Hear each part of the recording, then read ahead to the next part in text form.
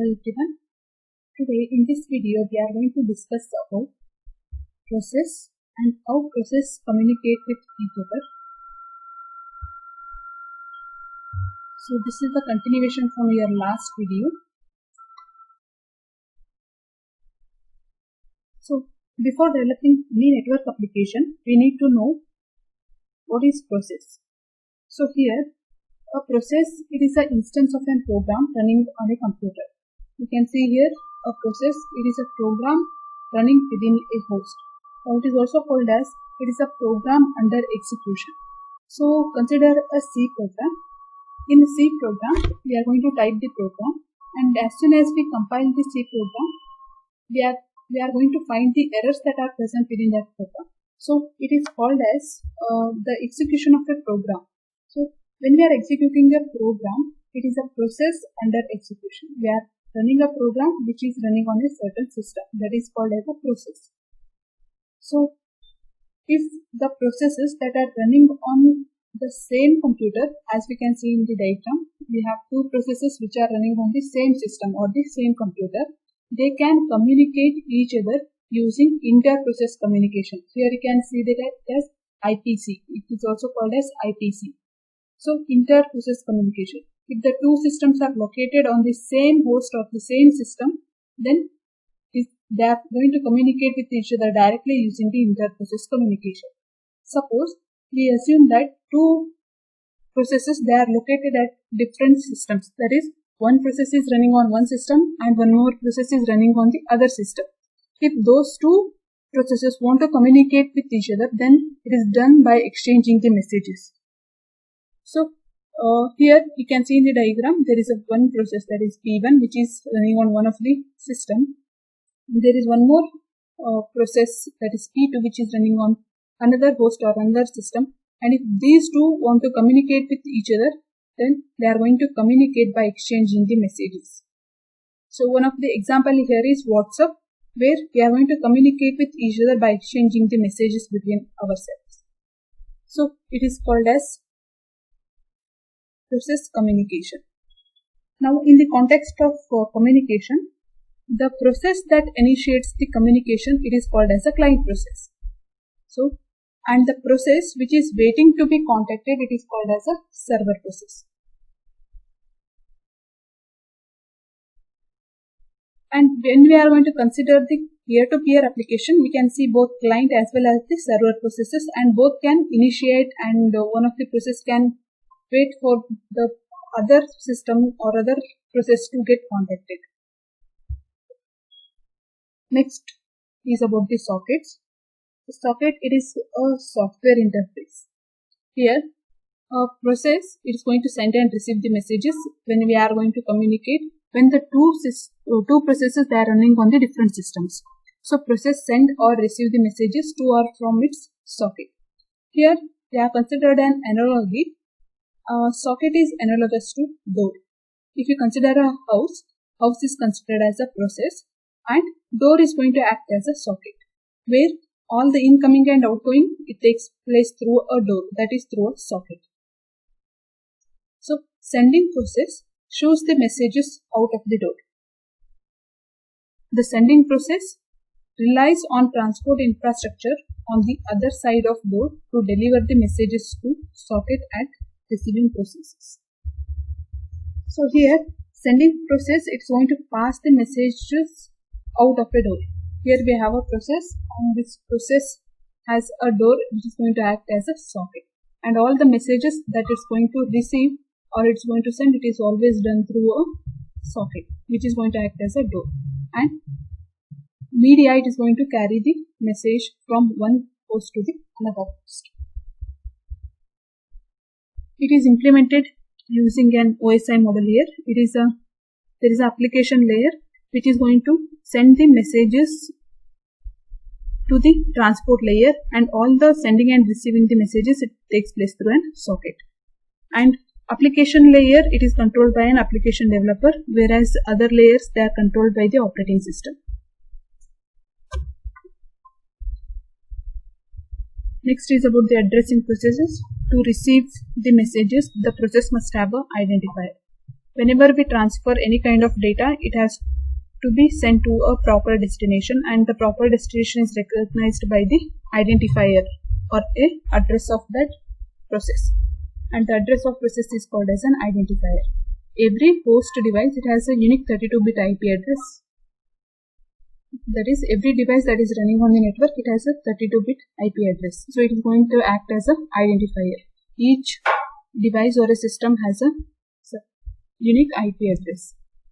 There is a question: does IP address of a host on which process runs suffice for identifying the process?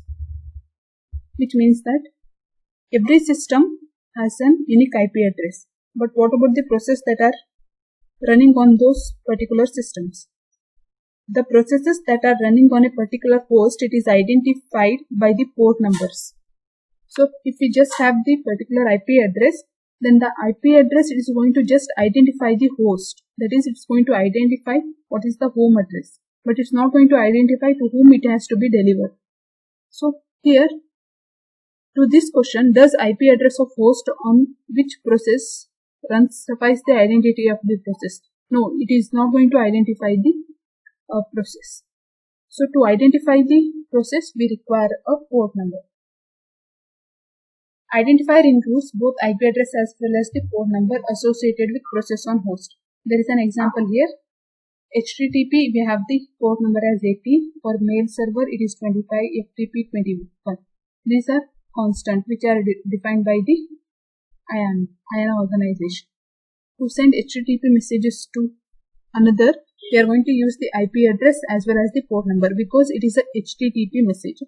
There are some constant port numbers which I am going to show here. You can see here, if you are going to consider the HTTP, then its port number is 80. Then if it is Telnet, then its port number is different. If it is a SMTP, then it is 25. Telnet, we have 23. FTP 20 to 21. So these are fixed port numbers for a particular process. And these port numbers, they are constant, and their standards, they are defined by the INISP.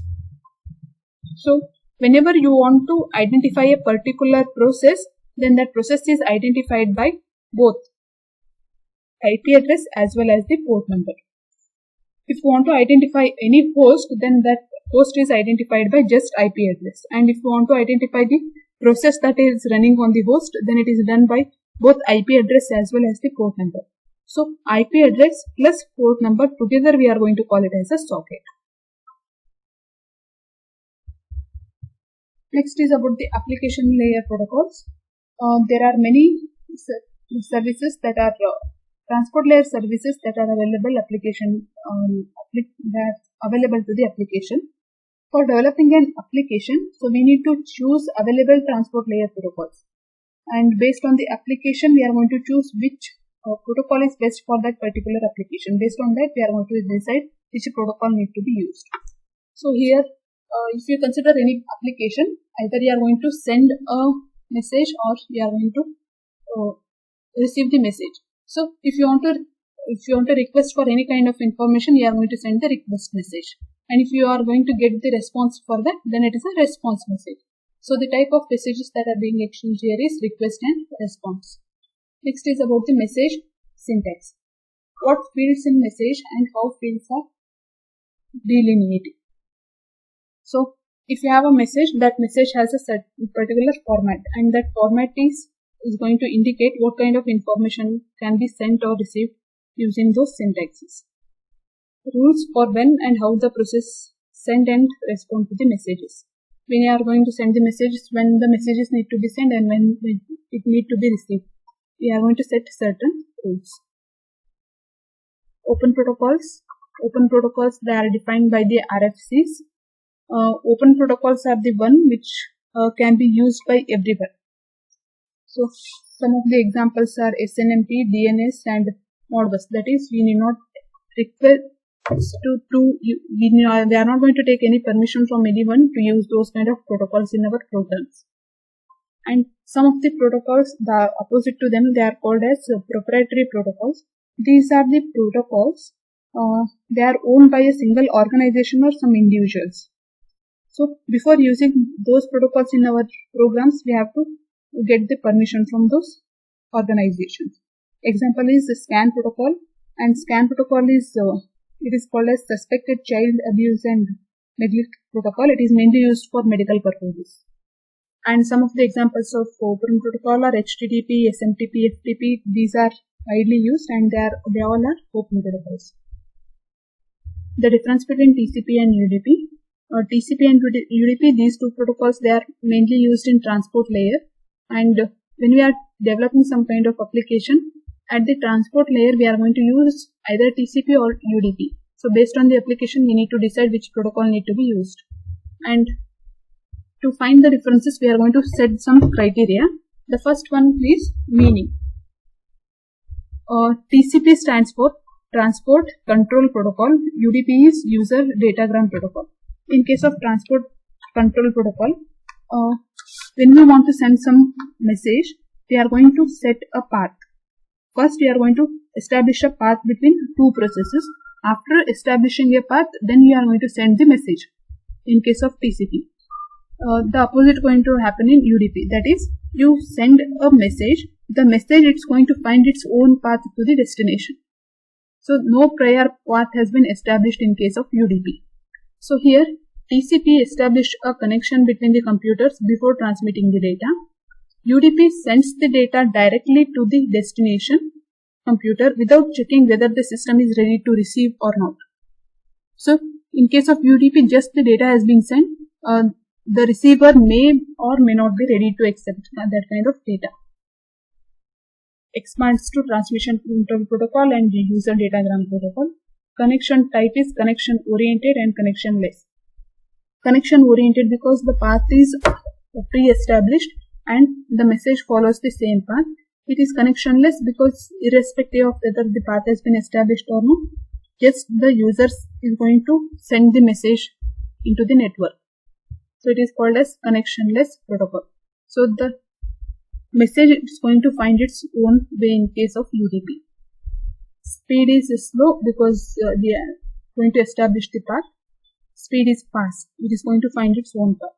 Reliability is highly reliable because the data gets delivered directly to the destination through the specified path. Data is unreliable. As the path is not known to the message, it may travel a long distance and it may not reach the destination in a time. Header size is 20 bytes and 8 bytes. Acknowledgement. As soon as the data reaches the destination replies back to the sender saying that the data has been reached securely. In case of TCP. In UDP, it is not going to accept any kind of acknowledgement, so data loss cannot be found in case of UDP. Protocol connection setup, it is a connection oriented, and in case of UDP, it is a connectionless. Data is sent without a prior setup. Features provided to manage the flow of data. Flow control using sliding window protocol, and none of the protocols has been used here. So if the receiver is unable to accept that kind of any kind of data that is being sent, then it's going to send an acknowledgement to the sender indicating that it has to slow down the sending process. Implemented over reliable data transfer. Then UDP is implemented over unreliable data transfer. Some of the applications are DNS, HTTP, and the applications of UDP are IMAP and Telmap. What transport service does an application need? Here, to develop an application, we need to choose available transport layer protocols, and based on the application, we are going to choose which one is the best.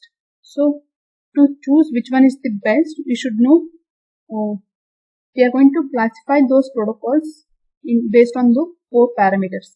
The first parameter we are going to consider here is data integrity. It is also called as reliability.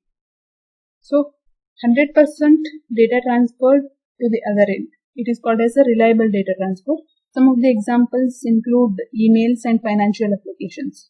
So here, in case of data integrity, it requires to guarantee that the data sent by one of the application, it has to be delivered correctly and completely to the other end of the application. So if it is going to fail, if the process failed to deliver, then it is not called as a reliable application. It's going to fall under a loss tolerant application. So we can see that the other kind of application, it is a loss tolerant. Example is audio files, video files, some of them they are called as loss tolerant applications. The second one is timing. Some applications require low delay to be effective. So whenever we are sending some kind of data, the delay is not at all accepted at the receiver side. Example is interactive games, that is online games. So if there is going to be some delay, the entire game, it is going to be lost. So they both send, the two ends has to be synchronized with respect to the timings to play the games. Third one is throughput. Some of the applications require least amount of throughput to be effective. Those kind of applications, they are called as multimedia applications, and they are also called as bandwidth sensitive applications. Skype is one of the examples where it requires a minimal bandwidth to communicate with the other end. So it is called as bandwidth sensitive application.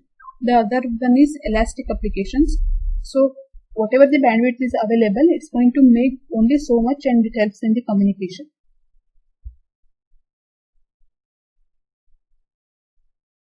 Last one is security. In case of security, if the sending host might want to send some message to the other end, then it has to encrypt the data before sending the data or before transmitting the data over the transmission media, and at the receiver side, it is going to be decrypted. Here you can see a table. You can find the application and whether it is a loss tolerant or no, and what is the throughput expected, and whether it is time sensitive or no. If you consider a file transfer protocol, no data loss has to occur. So whatever the file I have transmitted, the entire data need to be received at the receiver side, and the throughput is elastic, which means that if the bandwidth is available, then it is going to make use of that bandwidth and then it's going to send the data. So it is called as an elastic application. Where it is a time sensitive. If I send the data, that is file at 10 o'clock, it may reach after half an hour or after 1 hour. So it is not called as a time sensitive application, but it has to reach the destination. Only that is considered. Next is email. Email is similar to that of file transfer. Web documents, it is also again the same. Whenever we open the web application, it may open at any time. It may take around 5 to 10 minutes to get it. So it is called as an elastic application. So it's going to take the available bandwidth and data loss is not at all accepted. Take here a real-time audio or video application. In this, it is a loss tolerant. Example is cricket games and other online games which we are going to watch regularly. That is live videos. In that case, if there is a certain loss, after 5 minutes also we can come to know that what has happened in the previous 5 minutes, even though 5 minutes data has been lost. So it is called as loss tolerant application. And to get the video or audio on our cell phones, we require a minimum bandwidth of 5 kilobits per second to 1 Mbps for an audio, and the minimum bandwidth required here is 10 kbps. If it is lesser than that, then the video or audio it is not going to play. And it is called as a time sensitive application. Yes, as it is a live streaming, like such as video conference, it has to be a time sensitive, and so that we are going to get the synchronization. Next one is stored audio or video. As it is already stored, it is less tolerant and which is similar to the audio and video of real-time application. Example is YouTube downloads. These are the stored videos. Next is about the interactive games. It is loss tolerant and few kilobits per second some bandwidth is required, and yes, it is time sensitive because when two persons are playing online game, they have to be synchronized with respect to time, so that the other person gets the chance at the proper time. Next one is text messaging. It is loss. If there is some loss, then it is not accepted, but it can use the available bandwidth, and it may be time sensitive or it may not be time sensitive. Next one is about the TCP and UDP services. TCP is considered as the reliable transport between the sending and receiving process. It is called as a reliable. TCP, as we already discussed, it is a reliable data transfer protocol. As the path is already established between the sending and receiving process, if the data gets delivered properly to the destination, so it is called as a reliable transport protocol. Here, the other property is flow control. Sender won't overwhelm the receiver. Whenever we are going to send the data, if I am going to send 5 packets initially, next time I'll send the 6th packet, next time if I send the 7th packet, and if the receiver is unable to receive that kind of packet, it's going to acknowledge back to the sender that it has to slow down its sending rate. That is called as flow control. Next one is congestion control. Congestion is some kind of traffic in the network. So if there is a heavy traffic, then the receiver asks the sender not to send any kind of packets right now because there are the chances of packet loss. This is called as a congestion control. Does not provide timing, minimum throughput and guarantee. Here TCP protocol, it's going to provide guarantee or delivery of the packet.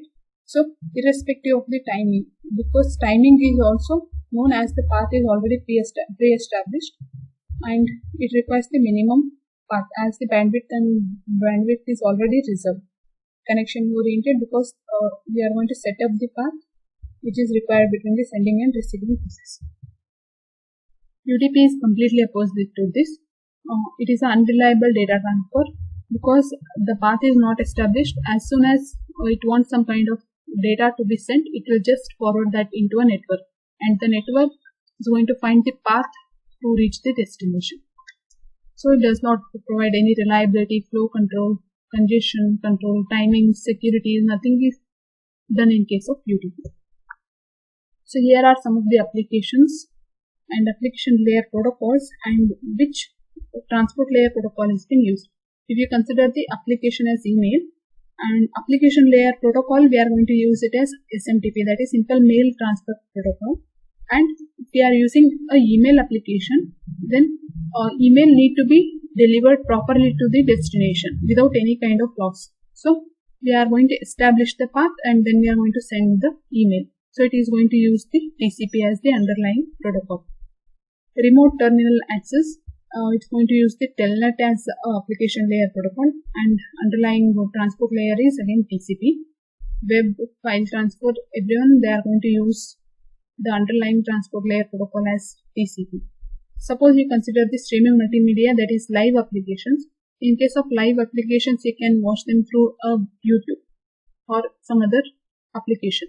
In that case, it is going to use TCP or UDP. And most of the time, when it is a multimedia application that is streaming live or video conferencing or something, we are going to use the UDP protocol as the underlying transport layer protocol. Next, we have the internet telephony, such as SIP, RTP, that is Skype, and proprietary applications such as SCAN. And in all those cases, you can use either TCP or UDP as the underlying protocol. And these are some of the questions that can be asked. First one is discuss the difference between socket and port. So we should know the difference between socket and port and list the differences between them. What are the different types of services provided by the internet? That is transport services. We have 4 services. Differentiate between the TCP and UDP protocol. Whenever this kind of differentiate is asked, we have to represent that in the tabular format based on the criteria. Thank you.